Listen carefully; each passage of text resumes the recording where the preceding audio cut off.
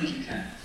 A trauma you can learn. You can produce post-traumatic stress disorders in mice, but unconscious processes versus conscious processes you can't. But Stanislav Dehaene has done wonderful studies in which he presents your face, Professor Marlowe, very briefly with a masking stimulus, and the subject is not aware of your face.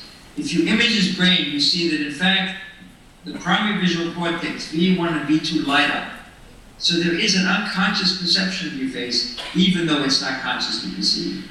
If you're now allowing your face to be shown for a longer period of time, it is consciously perceived, and it's characterized by a forward broadcasting. The information is no longer restricted to the back of the brain, to V1 and V2, but it propagates forward to the parietal and frontal cortex. And this is true for every sense modality.